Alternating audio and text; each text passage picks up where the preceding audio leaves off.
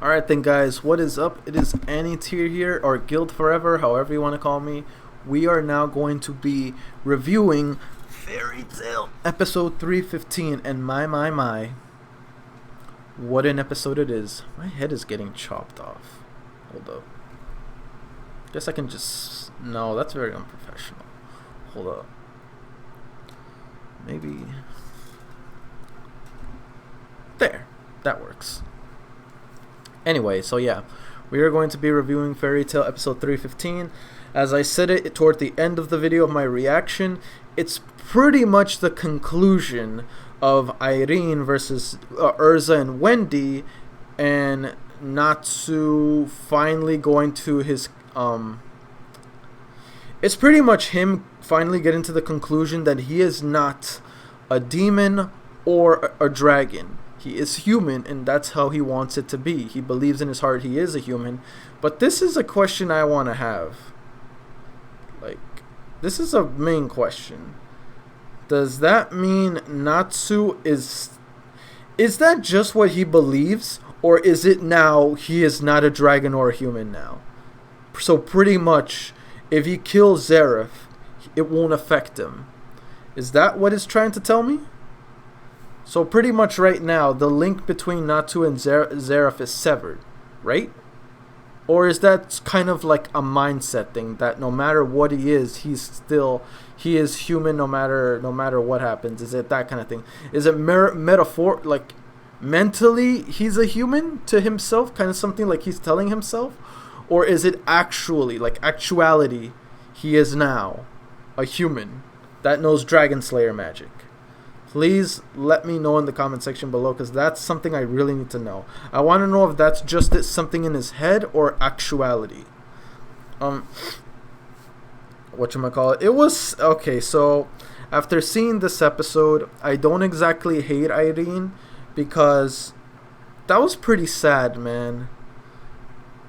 All this time, she was saying things like, oh, you're just a pest, you're just an eyesore, you're just this, you're just that, I don't care about you, you mean nothing to me, you are just supposed to be my vessel so I can get a new life, but it turns out you didn't work, so I tossed you aside. So in the end of the day, she could do it. It's just that she buried and locked that part of her memories away so she wouldn't remember. So she can do the unthinkable, which is take down Fairy Tail, and even if it means reducing her daughter to ash. But at the end of the day, no matter what happened, she is still a mother. And there's no way a mother could ever hurt her own child. There's no way. So, I'm glad it...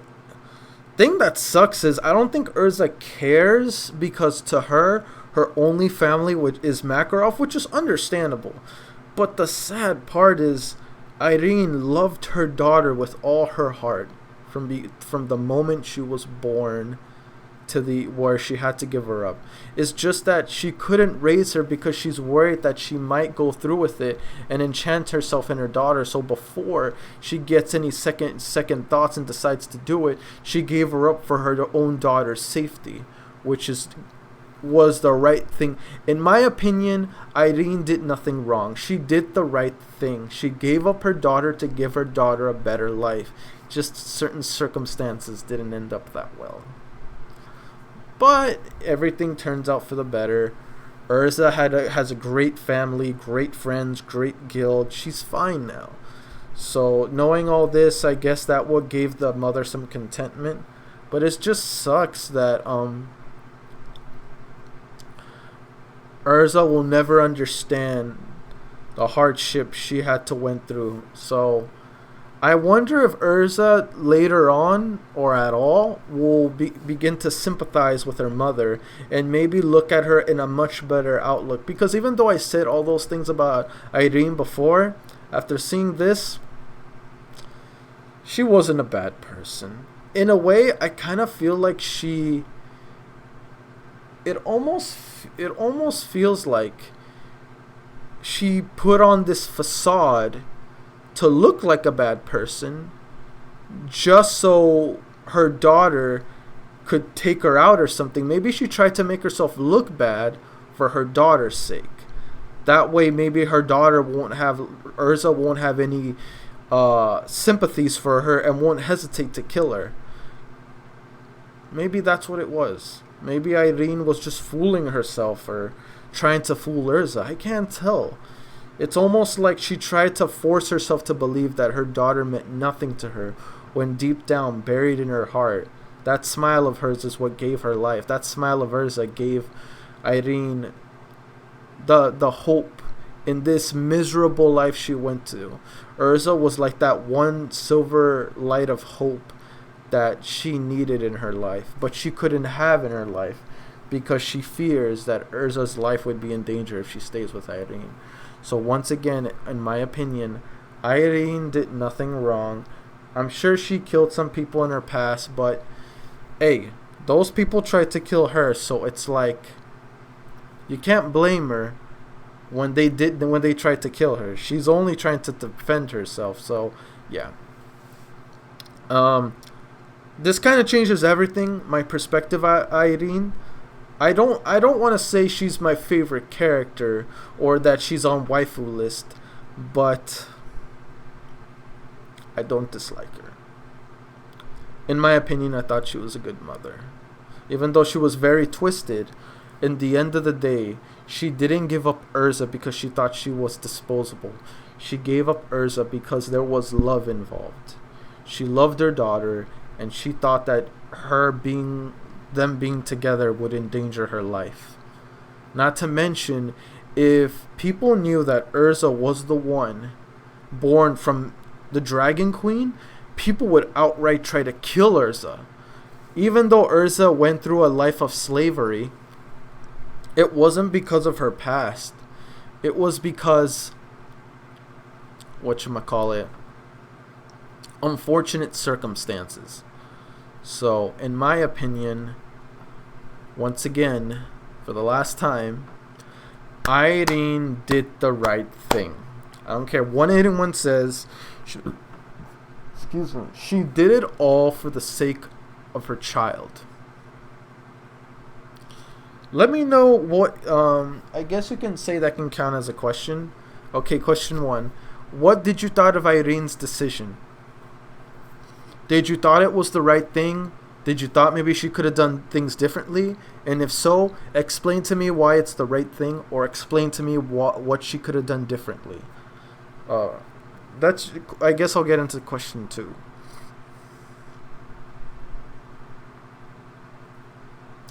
If there's one thing you wished for the character Irene, whether it's positive or negative, let me know in the comment section below. What would you have wished for Irene's story for when it closes? I'm guessing she's dead, so her story is technically over. So what would you have want for this character at the end of her story? Let me know. Overall, it was a fantastic episode.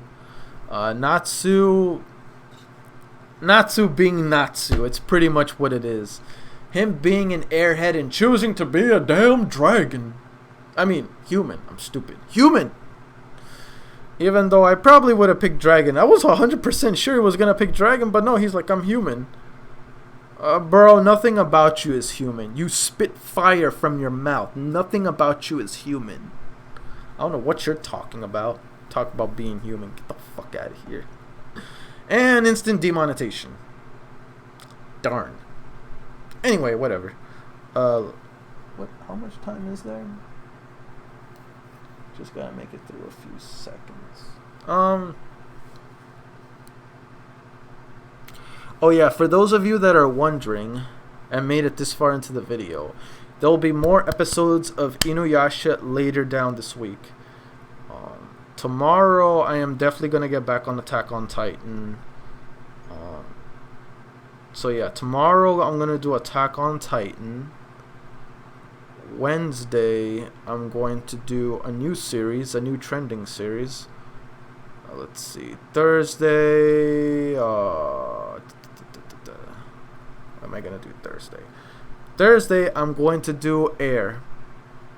And depending when do I finish Air, I might do a new series that someone requested that they've earned. Friday, I gotta get back on that Black Clover. Saturday, One Punch! And Sunday, Inuyasha and movie. I think that's how I'm gonna do it.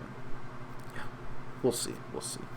Those are the what I'm going to be concentrating on, but how the order goes out may vary. But I'm sorry if things are going a bit out of whack. I'll stick to the schedule as much as I can. I'm trying to work things out while at the same time making up for things I didn't show before. Alright? Anyway, guys, that's it for me. Peace. Where's that stop button? Where's the bloody stop?